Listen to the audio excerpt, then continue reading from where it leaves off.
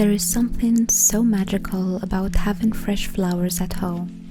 The way they bring life into a space, their beauty, their intoxicating fragrance.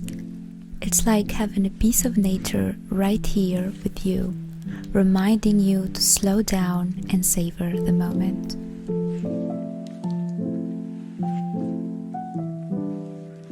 For over a year now, I've made it a ritual to bring new flowers into my home every week. I love the way they brighten up my dining table, the very spot where I spend time eating, reading, or sipping tea.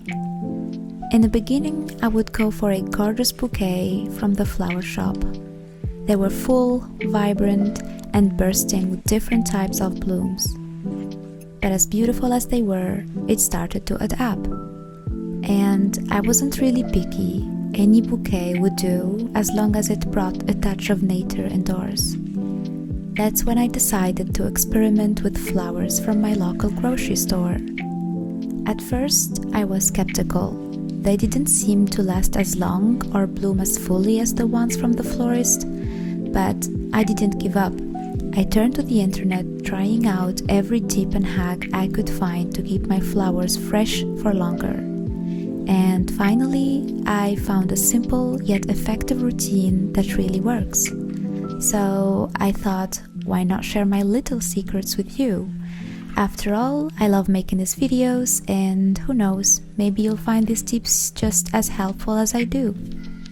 Now, the key to keeping your roses fresh for a week or more starts right at the store.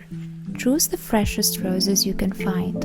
Look for healthy leaves, vibrant petals, and strong stems. Now that I'm home, let's get started. The first and most important step is to make sure your vase is clean.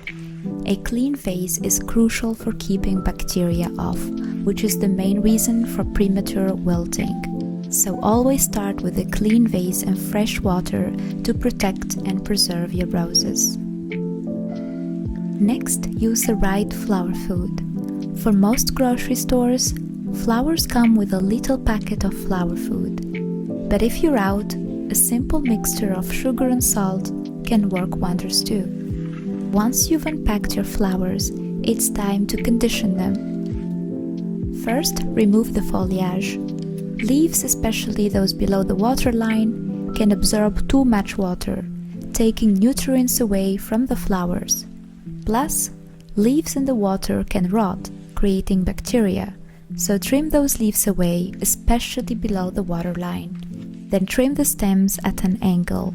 This helps with water uptake and ensures your flower stays hydrated longer. And don't forget to choose the right length of your vase.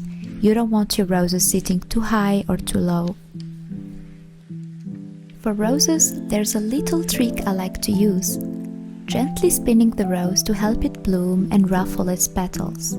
This technique is great for roses, but be careful with other flowers, as they might have looser petals that could fall off. And now with the fun part, arranging your flowers.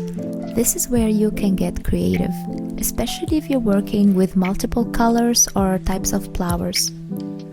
You can even add some fillers or greenery to make your bouquet look more lush and expensive. But for me today, something simple like this is enough to spark joy. And that's it. I hope you enjoyed this little tutorial and maybe learned a thing or two. Take a moment to play around with your flowers and see what you can create.